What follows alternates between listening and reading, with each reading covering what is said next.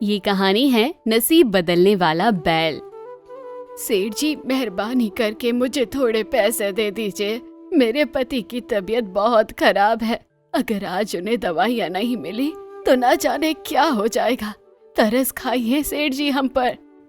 भला मैं तुम गरीबों पर तरस खाने के लिए ही सेठ बना हूँ क्या, जो बार बार तुम पर तरस खाकर तुम्हें पैसा देता रहूं? चले आते हैं मुंह उठा के। हाँ, मैं तुम्हें पैसे दे दूंगा, लेकिन उसके बदले मुझे भी कुछ चाहिए। सेठ जी, मुझ गरीब के पास आपको देने के लिए भला है ही क्या? है तुम्हारे पास एक खेत और तुम्हारे बेटे के पास वो अद्भुत बैलों का जोड़ा है। वो तुम मेरे पास गिरवी रख दो, तभी जाकर मैं तुम्हें पैसे दूंगा। लेकिन सेठ जी, हमारे पास एक ही खेत है। हमारे खाने का एकमात्र वही साधन है और 2 बैलों का जोड़ा। वो मेरे बेटे गौरू की बैल है। उसने उन्हें बचपन से पाला है। गौरू को उनके साथ बहुत प्रेम है। मैं उससे बिना पूछे गिरवी रखने का इतना बड़ा फैसला नहीं ले सकती। तुम ऐसा करो, खेत और बैल मेरे पास गिरवी रख दो और फिर दिए गए समय के मुताबिक पैसे लौटा देना। गौरू की माँ पहले तो सेठ की बात मानने से मना कर देती है, लेकिन फिर सेठ की बात सुनकर उसे लगता है कि वो लिए गए उधार पैसों को जल्दी लौटा देगी, जिससे वो अपना खेत और बैलों को भी छुड़वा लेगी। इस तरह से इस बात का राज ही रहेगा और किसी को पता भी नहीं चलेगा। ये तुमने अच्छा फैसला किया है। अब ये लो 2000 रुपए और जाकर अपने पति की दवाइयाँ ले लो। आपका बहुत बहुत धन्यवाद सेठ जी। मैं समय से पहले ही आपको पैसे लौटा दूंगी। जैसे ही गौरू की माँ वहाँ से जाती है, सेठ की पत्नी सेठ पर भड़क जाती है और उससे कहती है, अजी, आपने उसे पैसे क्यों दिए? अरे ये तो बहुत ही गरीब है और पैसे नहीं लौटा पाई तो? अरे भाग्यवान, तुम घबराती क्यों हो? मैंने इस गरीब बुढ़िया को ऐसे ही पैसे नहीं दिए हैं। उसे लगता है कि वो बहुत जल्द पैसे लौटा देगी, लेकिन मुझे पता है ऐसा नहीं होगा। वो पैसे नहीं लौटा पाएगी। जब समय पूरा हो जाएगा, फिर इसका खेत और वो अद्भुत बैलों का जोड़ा मेरा हो जाएगा। ले बेटा गौरू, और जल्दी से जाकर अपने पिता के लिए दवाइयाँ लेकर आ। हाँ माँ, दवाइयाँ तो मैं ले आऊंगा, लेकिन इतने सारे पैसे कहाँ से आए? वो बेटा, गांव के सेठ है ना, वो बहुत ही भले इंसान हैं। मैंने उन्हें अपनी पूरी दास्तान सुनाई तो उन्होंने मुझ पर तरस खाकर थोड़े पैसे दे दिए। अच्छा माँ, भला करे भगवान सेठ जी का। अभी जाकर मैं दवाइयाँ लेकर आता हूँ।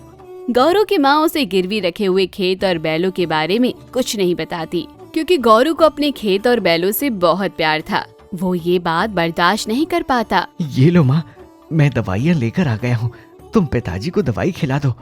ये लीजिए पानी और दवाई, जल्दी से खा लीजिए। थोड़ी देर में आपको आराम लगने लगेगा। तुम दोनों को मेरी वजह से कितनी पीड़ा उठानी पड़ रही है, मैं सब समझ रहा हूँ, लेकिन मैं क्या करूँ? अब भगवान भी मुझे न जाने कौन से दिन दिखाने के लिए पीछे रख रहा है। जल्दी से मुझे मुक्ति क्यों नहीं दे देता? खबरदार पिताजी, अगर आज के बाद आपने ऐसा कुछ कहा तो आपको कुछ नहीं होगा। बहुत जल्दी मैं सब काम संभाल लूंगा। फिर देखना, आपका बड़े से बड़े डॉक्टर के पास इलाज करवाऊंगा। जल्दी ठीक हो जाओगे आप। गौरू बिल्कुल ठीक कह रहा है जी। माँ, आज बहुत अच्छी बारिश हुई है और अच्छा मौका भी है। मैं बीज बो दूं, नहीं तो फिर कहीं कड़कती धूप पड़ जाएगी। फिर बीज बोने का कोई फायदा नहीं होगा। मैं खेत में जा रहा हूँ। गौरू गांव में सबसे मेहनती लड़का था। जहाँ औरों के खेतों में साल में एक बार फसल होती थी और वो अपने खेतों में साल में 3 बार फसल निकालता था। साथ ही उसके पास 2 बहुत ही अद्भुत बैल थे, जो गौरू के साथ उसके काम में बहुत अच्छी मेहनत करते थे और गौरू की तरह ही वो भी उसे बहुत प्रेम किया करते थे। चलो मंगल राजा, आज हमें बहुत अच्छे से खेत में काम करना है। बीज बोने हैं आज। गौरू खेत में बीज बो देता है। कुछ ही समय के बाद उसके खेत में बहुत अच्छी फसल उगती है। माँ, मैं खेत में जा रहा हूँ। आज फसल कटाई है, जल्दी से मुझे फसल काटनी है। मौसम कुछ खराब लग रहा है। ऐसा ना हो कि तूफान के साथ ओले ना गिर जाए और फसल काटने से पहले ही बर्बाद हो जाए। हाँ बेटा जा। जब गौरू फसल काटने जाता है, हे भगवान, सोचा था बहुत जल्द सेठ के पैसे लौटा दूंगी, लेकिन आज तो सेठ को पैसे लौटाने की आखिरी तारीख है। अगर आज सेठ के पैसे नहीं लौटाए तो न जाने क्या हो जाएगा। गोरू भैया, फसल कटाई के लिए जा रहे हो? हाँ मोहन भैया, फसल काटने जा रहा था। क्या तुम मेरी फसल काटने में मदद करोगे? जब तुम्हारी फसल कटाई का समय होगा तब मैं भी तुम्हारी मदद कर दूंगा, क्योंकि मौसम बहुत खराब हो रहा है। मुझे डर है कि कहीं ओले ना गिर जाए और सारी फसल बर्बाद ना हो जाए। हाँ हाँ भैया, चलो, मैं तुम्हारी मदद कर देता हूँ। गौरू मोहन को अपनी फसल कटाई पर मदद के लिए खेत पर ले जाता है। जैसे ही वो फसल काटना शुरू करते हैं कि तभी भयंकर बारिश शुरू हो जाती है। बारिश के साथ तूफान और ओले गिरना भी शुरू हो जाते हैं। ये क्या गोरू भैया, तूफान तो आ गया। अरे भगवान, कोई अनर्थ ना करना। बड़ी मेहनत से मैंने ये फसल बोई है। अगर ये फसल आज बर्बाद हो गई तो मेरा परिवार क्या खाएगा? देखते ही देखते बड़े बड़े ओले गिरने लगते हैं और ओलों के साथ गौरू की सारी फसल बर्बाद हो जाती है। ये देखकर गौरू सर पर हाथ रखकर बहुत रोने लगता है। हे भगवान, तूने ये क्या किया? मेरी फसल सारी बर्बाद कर दी। अब मैं अपने बूढ़े बुजुर्ग माता पिता को क्या खिलाऊंगा? हिम्मत रखो गोरू भैया, फसल तो बर्बाद हो चुकी है। ये सब भगवान का खेल है, अब हम कुछ नहीं कर सकते। माँ, सब कुछ बर्बाद हो गया, हमारी फसल खराब हो गई। तू चिंता ना कर बेटा, सब ठीक हो जाएगा। फसल बर्बाद होने के सदमे से गौरू अभी बाहर भी नहीं आया था कि अगली ही सुबह उसके सर पे एक और दुखों का पहाड़ टूट पड़ता है। सेठ घर पर आ पहुंचता है। ये क्या सेठ जी, आप ये कैसी बातें कर रहे हैं? हमारा खेत और अब बैल आपके कैसे हो सकते हैं?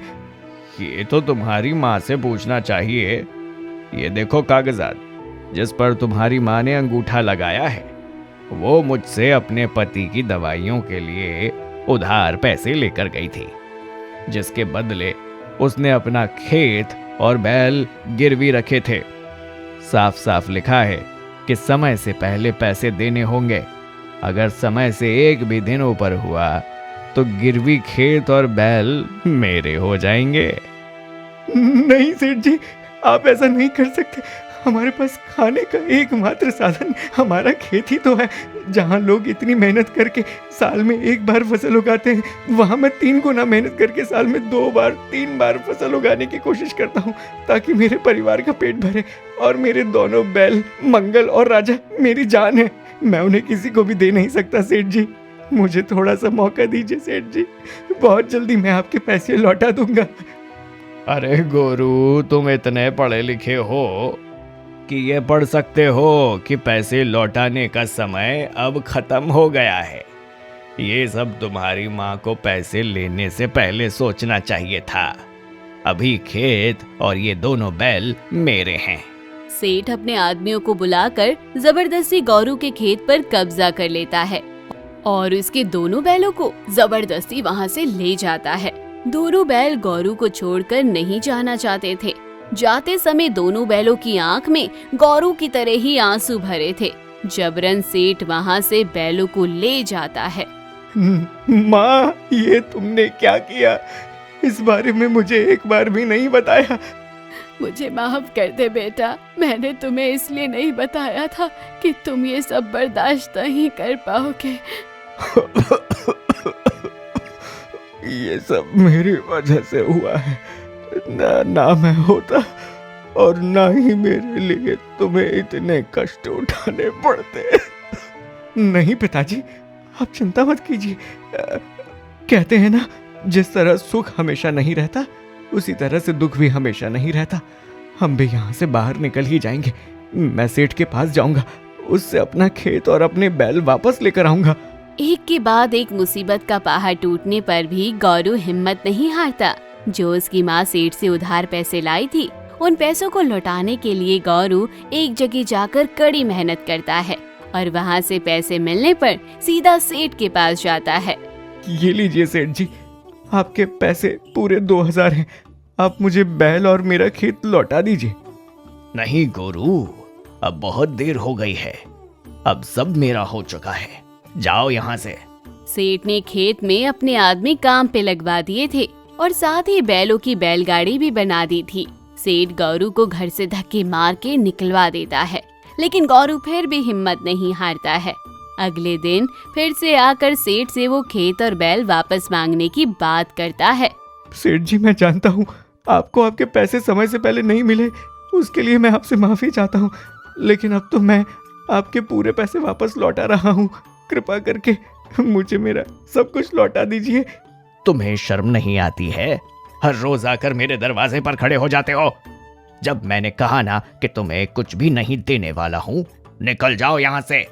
सेठ जी, शर्म तो मुझे आती है, लेकिन क्या करूँ, 2 बूढ़े बुजुर्ग माता पिता की मेरे कंधों पर जिम्मेदारी है। वो खेत और बैल मेरे लिए बहुत जरूरी है। लगता है तुम ऐसे नहीं मानोगे। सेठ अपने आदमियों से कहकर गौरू को खूब पिटवाता है और फिर से घर से बाहर निकलवा देता है। अब सेठ सोचता है कि शायद इतनी मार खाने के बाद गौरू सुधर जाएगा और वो दोबारा उसकी चौखट पर नहीं आएगा, लेकिन गौरू फिर भी हिम्मत नहीं हारता है और पहले की तरह ही फिर से अगली सुबह अपने सेठ के घर की ओर निकल जाता है। अगले दिन फिर से गौरू सेठ के पास अपने बैल और खेत वापस मांगने के लिए जा ही रहा था कि रास्ते में तभी उसे एक साधु बाबा दिखाई देते हैं। बेटा, 2 घूंट पानी पिला दो, भगवान तुम्हारा भला करेगा। भले का तो पता नहीं बाबा, लेकिन पानी मैं आपको जरूर पिलाऊंगा। गौरू बाबा को अपने हिस्से में से पानी पिलाता है। पानी पीकर बाबा गौरू से बहुत प्रसन्न हो जाते हैं और फिर बाबा उससे उसकी चिंता का कारण पूछते हैं। बेटा, चिंता हमारे जीवन का एक हिस्सा है। चिंता और दुख का होना भी हमारी जिंदगी में बहुत जरूरी है। खैर छोड़ो बेटा, तुम्हारा भविष्य मुझे उज्जवल नजर आ रहा है।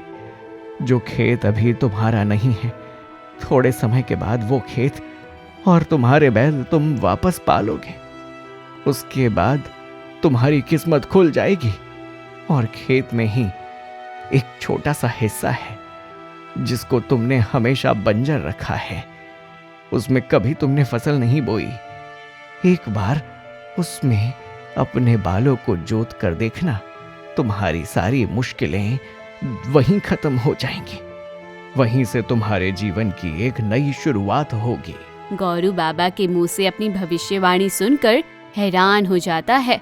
बाबा, आप मेरे बारे में इतना सब कुछ कैसे जानते हैं? लेकिन साधु बाबा गौरू की बात का कोई जवाब नहीं देते और वहाँ से चले जाते हैं।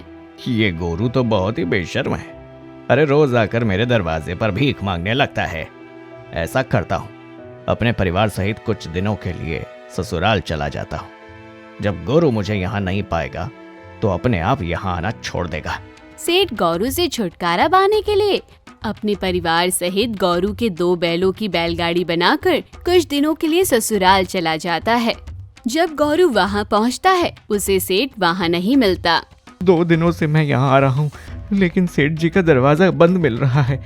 आखिर सेठ जी कहाँ गए हैं? तभी गौरू देखता है कि सेठ के दरवाजे के आगे बड़ी बड़ी मूंछों वाले भयंकर से दिखने वाले साथ में चाकू लेकर 2 चोर खड़े हैं, जो आपस में सेठ के घर में चोरी करने की बात कर रहे हैं। रुको, तुम चोरी नहीं कर सकते। मैं तुम्हें चोरी नहीं करने दूंगा। तू दुबली पतली सी हड्डी हमें रोकेगा?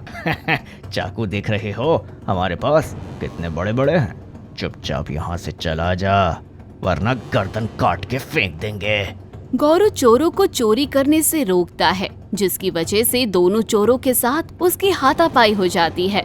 दोनों चोर मिलकर गौरू को बहुत पीटते हैं, लेकिन गौरू फिर भी उन्हें चोरी करने नहीं देता है और चिल्ला चिल्ला के पूरे गांव वालों को बुला देता है। कोई बचाओ, ये दोनों चोर मुझे मार डालेंगे, बचाओ। इतने में सारे गांव वाले वहां इकट्ठा हो जाते हैं और चोरों को पकड़ लेते हैं। चोरों को पकड़कर सारे गांव वाले खूब पीटते हैं और पुलिस के हवाले कर देते हैं। लेकिन चोरों ने गौरू को बहुत जख्मी कर दिया था। जब कुछ दिनों के बाद सेठ वापस आता है तो देखता है कि अब गौरू हर रोज की तरह सुबह सुबह उसके घर अपने खेत और बैलों को वापस मांगने के लिए नहीं आता है। तभी सेठ गांव के एक आदमी से पूछता है, अरे सुनो भाई, ये गोरू कहाँ है? बहुत दिनों से दिखाई नहीं दे रहा। सेठ जी, आपको तो गोरू का शुक्रिया करना चाहिए। आज आपके घर में जो लाखों का माल बचा है वो गोरू की वजह से ही बच पाया है। आप तो यहाँ से चुपचाप अपने परिवार को लेकर बैलगाड़ी से निकल गए थे, लेकिन पीछे आपके घर में चोर आए थे। उन चोरों को गोरू ने चोरी करने से रोका, लेकिन चोरों ने गोरू को जख्मी कर दिया, जिस वजह से गोरू बहुत बीमार है। ये सब सुनकर सेठ की आंखें खुल जाती हैं। जो कुछ भी उसने गौरू के साथ किया था उसके लिए बहुत शर्मिंदा होता है। सेठ गौरू के घर पहुंचता है और उससे माफी मांगता है। गोरू, मुझे माफ कर दो। मैंने तुम्हारे साथ बहुत गलत किया। अब मैं अपनी गलती को सुधारना चाहता हूँ। तुम्हारा खेत और तुम्हारे बैल, तुम्हें सब कुछ लौटा रहा हूँ। धन्यवाद सेठ जी। सेठ गौरू को उसका खेत और उसके बैल लौटा देता है। कुछ दिनों में गौरू फिर से अपने खेत में फसल बोने के लिए अपने बैलों को लेकर जाता है। तभी गौरू को साधु बाबा की वो भविष्यवाणी याद आती है। वो अपने खेत में उस बंजर जमीन के टुकड़े की ओर देखता है और उसमें बैलों को जोतने लगता है। जैसे ही वो बैल की हल लगाता है तभी एक ही बार में जमीन में हल लगने से एक सोने का घड़ा जमीन के अंदर से बाहर आता है, जिसमें जमीन के अंदर दबा हुआ बहुत सारा खजाना आता है। ये देखकर गौरू बहुत हैरान हो जाता है और जल्दी से उस सोने को और हीरे से भरे घड़े को उठा लेता है। इसका मतलब वो साधु बाबा कोई आम साधु बाबा नहीं थे, वो तो साक्षात कोई भगवान थे जिन्होंने मेरी भविष्यवाणी की थी। बहुत बहुत धन्यवाद भगवान। गौरू अब वो सोने और हीरो से भरा हुआ घड़ा लेकर सीधा अपने घर जाता है और अपने माँ बाप को दिखाता है। माँ बाप ये सब देखकर बहुत खुश हो जाते हैं। अगले ही दिन गौरू शहर जाकर वो खजाना बेच कर आता है। अब गौरू पहले जैसे गरीब नहीं रहा। गांव में वो सबसे अमीर आदमी बन चुका था। उसने अपने पिता का भी शहर में बहुत बड़े डॉक्टर से इलाज करवाया था। उसके पिता भी अब बिल्कुल ठीक थे, लेकिन इतना अमीर होने के बाद भी गौरू का रहन सहन बिल्कुल भी नहीं बदला था। वो फिर भी अपने खेतों में अपने हाथों से ही हल जोतता है। अपने माता पिता को वो अपने बैलों को वैसे ही प्रेम किया करता था जैसे पहले किया करता था। तो दोस्तों, कहानी भी यहीं खत्म हुई। कैसी लगी कमेंट बॉक्स में जरूर बताइए। चैनल को अभी तक सब्सक्राइब नहीं किया तो जरूर कर लीजिए। दो बैलों की कहानी।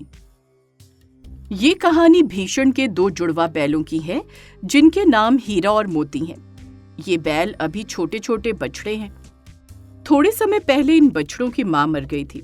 तभी से भीषण इन दोनों बछड़ों को लाड प्यार से पाल रहा है।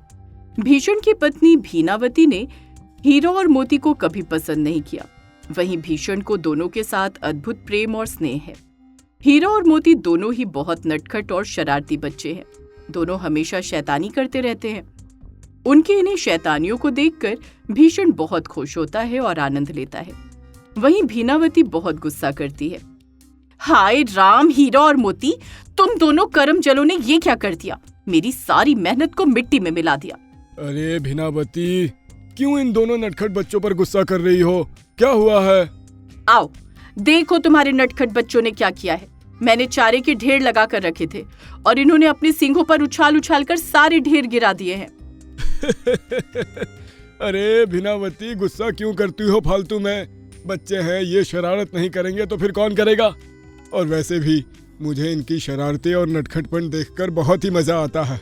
देखो तो कितने अच्छे लग रहे हैं दोनों एक दूसरे के साथ खेलते हुए। दिल को सुकून मिलता है इन्हें देखकर। अच्छा, तुम्हें इतना ही अच्छा लग रहा है तो तुम ही चारे के ढेर दोबारा से वापस लगा देना। मैं नहीं करने वाली अब कुछ भी। भीषण उन दोनों को बहुत प्रेम करता था। वहीं हीरा और मोती में भी एक अद्भुत स्नेह था। दोनों भाई एक दूसरे से बहुत ज्यादा प्रेम करते थे। दोनों जुड़वा थे, जिस वजह से अगर चोट एक को लगती तो घाव दूसरे को होता, और अगर दर्द एक को होता तो उस दर्द का एहसास दूसरे भाई को होता। दोनों एक दूसरे के साथ बहुत भाईचारे के साथ घुल मिल कर रहते थे। फिर ऐसे ऐसे दिन बीतते गए। समय के साथ हीरा और मोती भी अब जवान हो चुके थे। दोनों कद काठी में बहुत ऊंचे, लंबे और खूबसूरत हो गए थे। दोनों अब काम में भी अपने मालिक के साथ हाथ बटाने लगे थे। मालिक, अब तो हम जवान हो गए हैं। अब हमारा भी फर्ज बनता है कि हम आपके साथ खेतों में चलकर काम करें। बचपन से आपने हमारे लिए बहुत किया है। अब हमारी बारी है कि हम आपके लिए कुछ करें। हाँ मालिक, हीरा सही कह रहा है। अब हम भी आपके साथ खेतों में काम करेंगे। आपको खेत जोतने के लिए पड़ोस के गांव से बैल लाने की कोई ज़रूरत नहीं है। हम जवान हो चुके हैं, हम खुद खेतों को जोतेंगे। आज मुझे लगा कि सच में मेरे हीरा और मोती जवान हो गए हैं।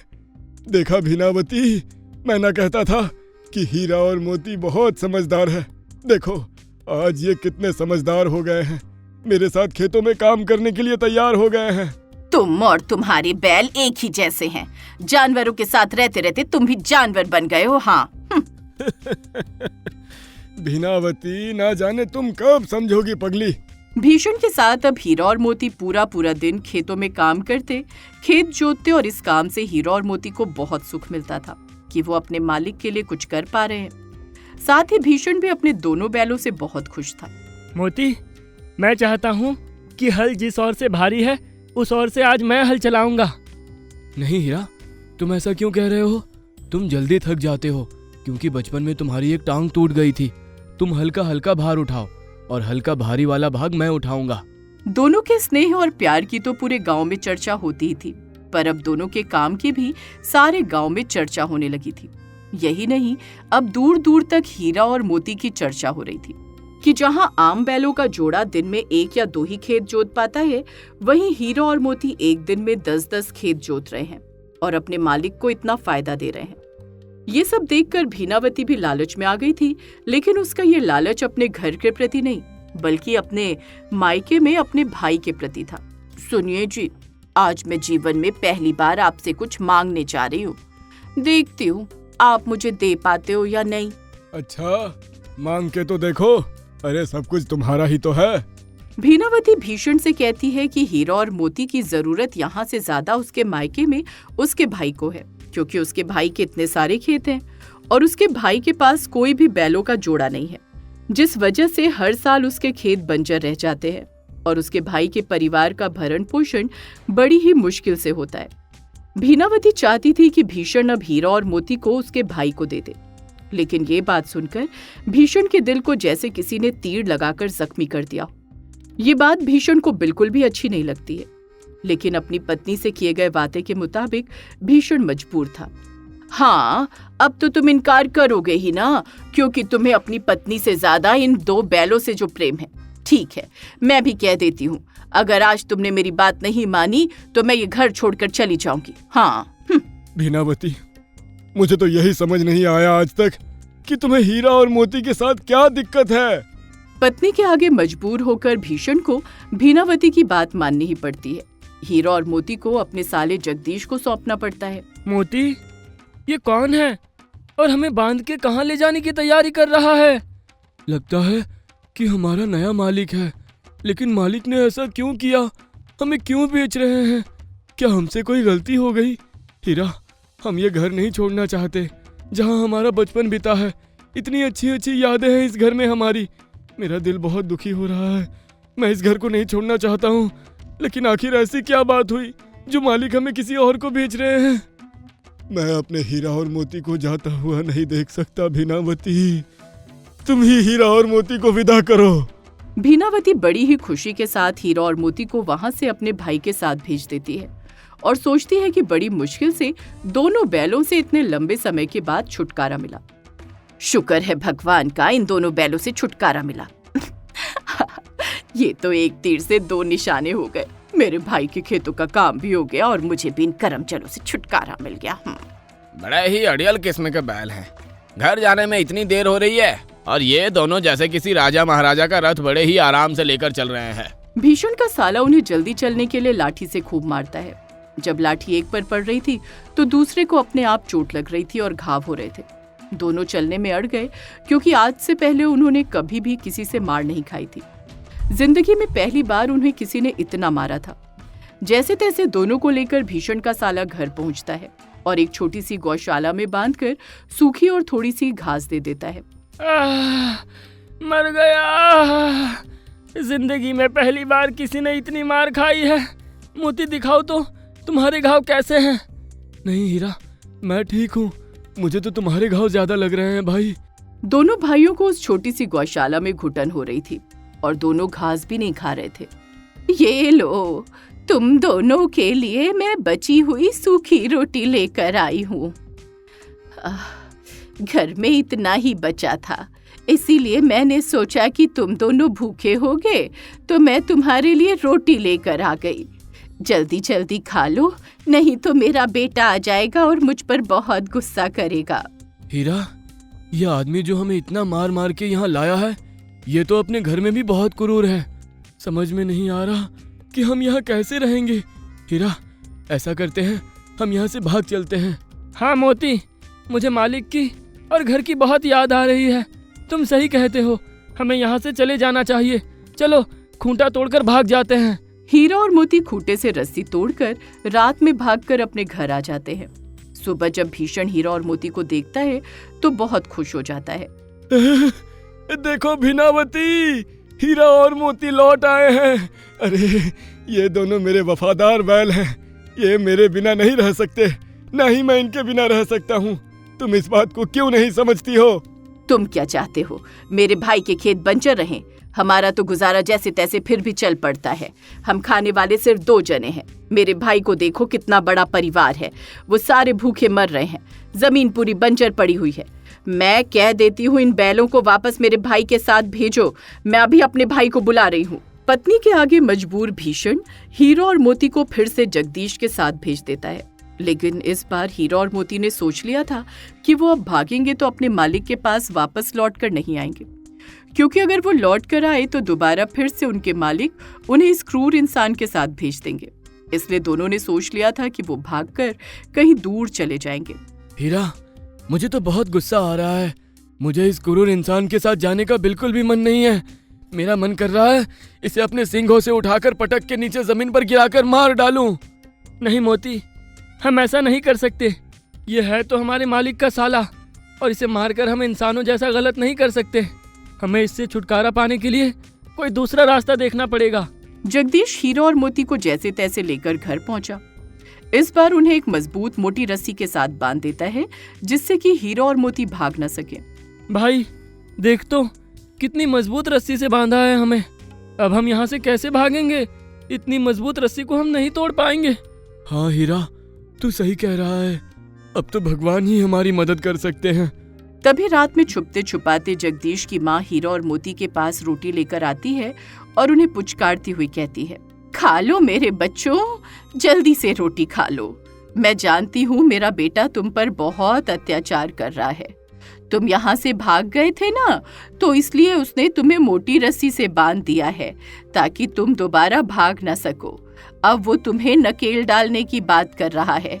तुम भाग जाओ यहाँ से, भाग जाओ, मैं तुम्हारी रस्सी खोल देती हूँ। लेकिन माताजी, आप मुसीबत में पड़ जाएंगी। आपका बेटा समझ जाएगा कि आपने ही हमें खोलकर यहाँ से भगा दिया है। हम आपको मुसीबत में डालकर यहाँ से भागना नहीं चाहते। हाँ माताजी, हमारे जाने के बाद आपका बेटा आपके साथ ना जाने क्या करेगा। तुम मेरी चिंता ना करो, मैं सब संभाल लूंगी। तुम बस भाग जाओ यहाँ से। हीरा और मोती दोनों वहाँ से बहुत दूर भाग जाते हैं। जब इस बात की खबर भीषण को लगती है कि हीरा और मोती वहाँ से फिर से भाग गए हैं और वो लौटकर घर नहीं आए हैं, तो भीषण हीरा और मोती के लिए बहुत परेशान होता है। उनके वापस ना लौटने पर वो बहुत बीमार पड़ जाता है। मेरे हीरा और मोती वहां से फिर से भाग गए और इस बार लौटकर मेरे पास भी नहीं आए, क्योंकि उन्हें अब मेरे ऊपर यकीन नहीं रहा है। और यकीन हो भी कैसे? मैंने उनका यकीन जो तोड़ दिया, ना जाने उनके साथ क्या क्या हुआ होगा जो बार बार भाग रहे हैं। ना जाने कहाँ होंगे मेरे हीरा और मोती भूखे प्यासे। पति को हीरा और मोती के लिए उदास और बीमार देखकर भीनावती अब समझ गई थी कि उसने हीरा, मोती और अपने पति को अलग करके बहुत गलत किया है। वो अपने किए पर बहुत शर्मिंदा होती है। मुझे माफ कर दीजिए, मुझसे बहुत बड़ी गलती हो गई। मैं आप तीनों के प्रेम को कभी समझ ही नहीं पाई।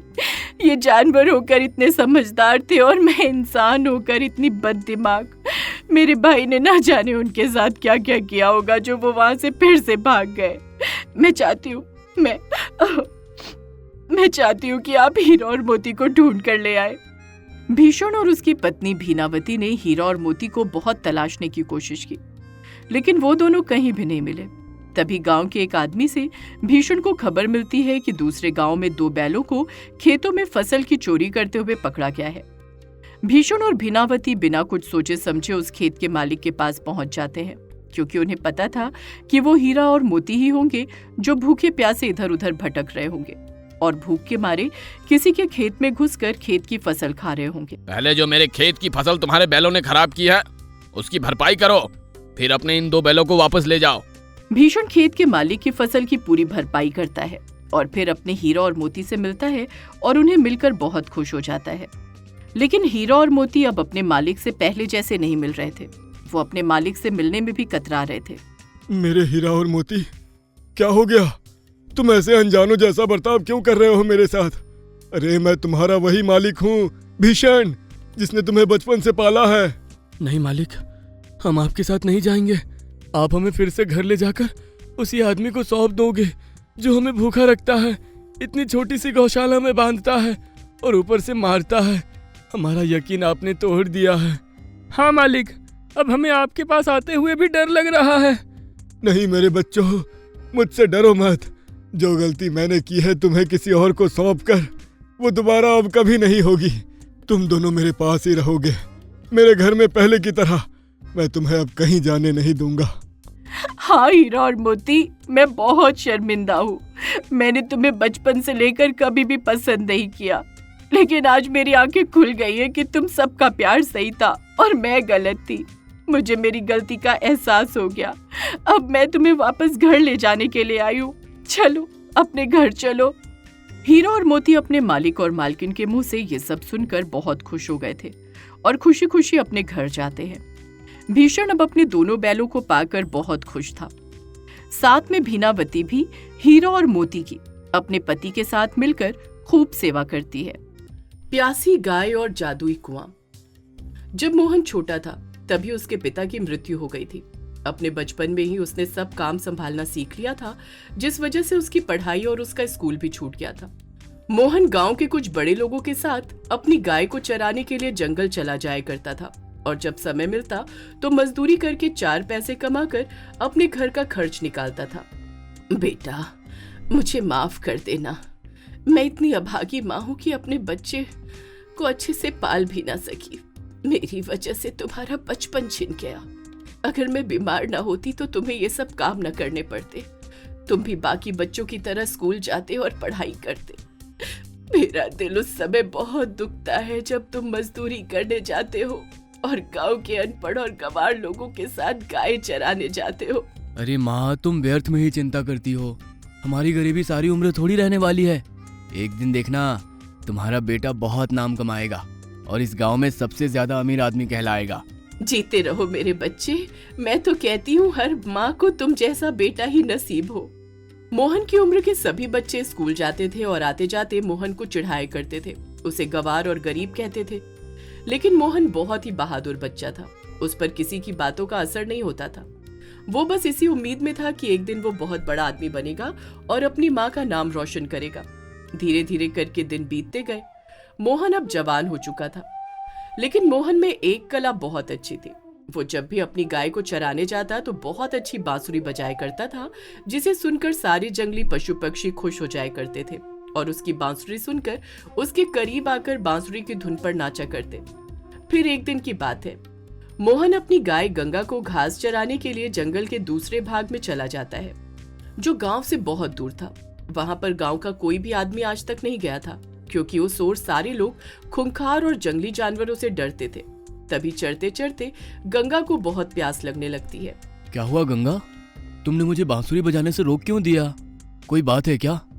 अच्छा, तो तुम्हें प्यास लगी है। लेकिन गंगा, पानी तो हमें घर पर ही मिलेगा, क्योंकि इस जंगल में मुझे नहीं लगता कि कहीं भी पानी की एक बूंद भी होगी। चलो घर चलते हैं। मोहन और गंगा पानी पीने के लिए घर आ ही रहे थे कि तभी अचानक से मोहन की नजर पेड़ के पीछे कुएं पर पड़ती है। अरे ये क्या, इस जंगल में तो कुआं भी है।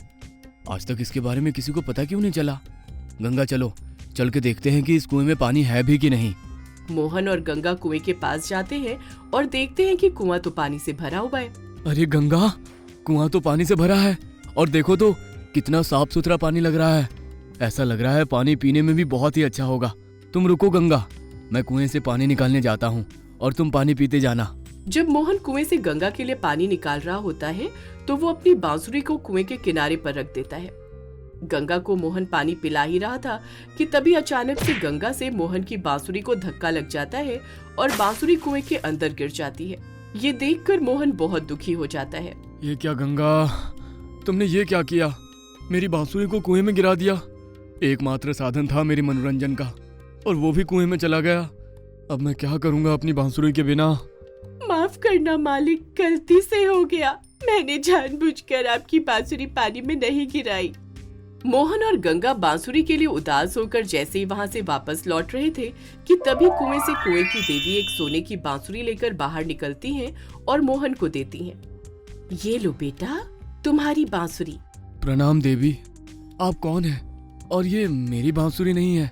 मैं गरीब जरूर हूँ लेकिन बेईमान और लालची नहीं हूँ। मेरी बांसुरी सोने की नहीं है, मेरी बांसुरी तो एक साधारण बांसुरी थी। जानती हूँ बेटा, ये तुम्हारी बांसुरी नहीं है।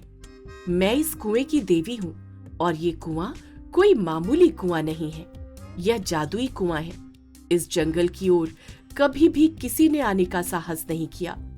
इस जंगल में बस वही व्यक्ति आ सकता था जो ईमानदार और गुणवान हो, और वह व्यक्ति कोई और नहीं बल्कि तुम हो।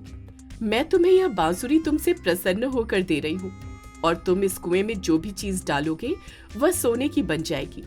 लेकिन यह वरदान सिर्फ तुम्हें ही मिला है, बाकी किसी को नहीं। और अगर तुम्हारे अलावा किसी और ने ऐसा करने का साहस किया तो ठीक उसके उल्टा हो जाएगा। चीज सोने की होने की बजाय पत्थर की हो जाएगी। ले लो बेटा, ये बांसुरी अब तुम्हारी ही है और तुम यहाँ कभी भी किसी भी समय आ सकते हो। धन्यवाद देवी, बहुत बहुत धन्यवाद आपका। मोहन वहाँ से बहुत खुशी के साथ घर आता है और घर आकर सारी बात अपनी माँ को बताता है। सच बेटा, क्या तू सच बोल रहा है? सच में तुझे जादुई कुआं मिला और कुएं की देवी ने तुम्हें वरदान दिया? माँ देखा, मैं बचपन से तुम्हें कहता रहा ना कि मैं इस गांव का सबसे अमीर और बहुत बड़ा आदमी बनूंगा। माँ, लगता है वो दिन आ गया है। वो तो ठीक है बेटा, लेकिन अगर इस बात की भनक किसी और को लग गई तो ना जाने क्या हो जाएगा। तुम तो जानते ही हो इस गांव का मुखिया कितना क्रूर इंसान है। वो किसी को आगे बढ़ता हुआ कभी देख नहीं सकता। अगर उसे पता चल गया कि तुम्हें सोने की बांसुरी और जादुई कुआं मिल गया है तो वो ना जाने क्या करेगा। तुम ऐसा करो बेटा, इस बांसुरी को कहीं छुपा दो और तुम्हें कोई जरूरत नहीं जादुई कुएं के पास जाने की। बेटा, तुम मेरा इकलौता सहारा हो। अगर तुम्हें कुछ हो गया तो मैं क्या करूंगी? माँ, तुम खामोखा ऐसे ही घबराती हो। उस देवी ने मुझे ये वरदान खुद दिया है क्योंकि मैं सबसे ईमानदार और गुणवान हूँ, और ये वरदान ऐसे ही किसी को भी नहीं मिल जाता। माँ, जरूर मुझ में कोई खूबी है, तभी मुझे ये वरदान मिला है और हमें किसी से डरने की कोई जरूरत नहीं है। अब हमारे अच्छे दिन आने वाले हैं। मैं ये बांसुरी सुनार के पास बेचने जा रहा हूँ, तुम बस घबराओ मत, सब ठीक हो जाएगा। मोहन वो बांसुरी सुनार के पास बेच कर आता है और उस बांसुरी के बदले उसे बहुत सारा धन मिलता है। फिर धीरे धीरे करके मोहन हर रोज कुएं के पास जाता और कोई एक चीज कुएं के अंदर डाल देता, जिसके बदले कुएं की देवी उसे सोने की चीज देती। लेकिन मोहन हमेशा अपनी जरूरत के मुताबिक ही उस कुएं से सोने की चीज लेता और उसे ज्यादा का जरा भी लालच नहीं था। मोहन अब धीरे धीरे सब गांव वालों की मदद भी कर रहा था, लेकिन सभी को मोहन पर शक हो रहा था कि ये मोहन अचानक से इतना अमीर कैसे हो गया, उसके पास इतना धन कहां से आ रहा है। साथ ही गांव में मोहन की उम्र के लड़के भी अब मोहन पर खूब जल रहे थे, क्योंकि वो पढ़ लिख कर भी मोहन के जैसा नहीं कर पा रहे थे। और जब मुखिया को इस बारे में पता चलता है तो उसके तन मन में आग लग जाती है और वो मोहन को धमकाने के लिए उसके घर पहुंच जाता है। देख मोहन, सच सच बता, तेरे पास इतना धन कहाँ से आ रहा है? ना तो तेरे पास कोई नौकरी है और ना ही तेरे पुरखों की कोई जमीन जायदाद है कि जिस वजह से तू इतना धनवान हो जाए। देखिए मुखिया जी, मुझे एक देवी का वरदान मिला है जिस वजह से मैं अच्छा काम कर रहा हूँ और धनवान हो गया हूँ, बाकी कुछ नहीं है। लगता है ये मोहन ऐसे नहीं बताने वाला। इस पर हर समय नजरी रखो। फिर एक दिन की बात है, मोहन जादुई कुएं के पास जा रहा था। मुखिया का आदमी उसका पीछा कर रहा था। जब वो आदमी देखता है कि मोहन को कुएं की देवी कुएं से निकाल कर सोने की चीज दे रही है, तो वो हैरान रह जाता है और सीधा ये बात आकर मुखिया को बताता है। अच्छा, तो ये बात है। मोहन तो बड़ा ही चालाक निकला। उसने जादुई कुएं की खोज भी कर ली और हमें इस बारे में पता ही नहीं है। ना जाने उस कुएं में और कितना सोना भरा है। अब मुझे जल्द से जल्द उस कुएं तक पहुंचना होगा। जल्दी से मुखिया कुएं के पास पहुंच जाता है। उधर मुखिया का वो आदमी इस बात को हवा की तरह पूरे गांव में फैला देता है। धीरे धीरे करके सारे गांव वाले कुएं के पास पहुंच जाते हैं। जब मोहन को इस बात की खबर लगती है कि सबको जादुई कुएं के बारे में पता चल गया है, तो मोहन बहुत चिंता में आ जाता है। बेटा, अब ना जाने क्या होगा। सब गांव वालों को और मुखिया को उस जादुई कुएं के बारे में पता चल गया। माँ, वो सब तो ठीक है, लेकिन ये वरदान केवल मुझे ही मिला है, बाकी किसी को नहीं। मैं ये सोच रहा हूँ कि किसी के साथ गलत ना हो जाए। मुझे उस कुएं तक जल्द से जल्द पहुँचना होगा। सारे गांव वाले कुएं के पास पहुंचकर आपस में लड़ उठते हैं। सभी सोने के लालच में कुएं के अंदर जाने के लिए लड़ रहे थे। रुको तुम सब लोग, तुम में से कोई भी कुएं के अंदर नहीं जाएगा। इस गांव का मुखिया मैं हूँ, तो मैं ही इस कुएं का मालिक हूँ।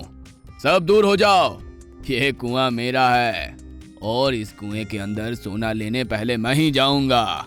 रुक जाइए मुखिया जी, आप कुएं के अंदर नहीं जा सकते। अच्छा चालाक मोहन, तू तो कहता था कि तुझे देवी का वरदान मिला है। तू अपनी कमाई से धन कमा रहा है। तूने सबसे छुपाया कि तुझे जादुई कुआं मिला है। देखिए मुखिया जी, आप सोने के लालच में कुएं के अंदर मत जाइए।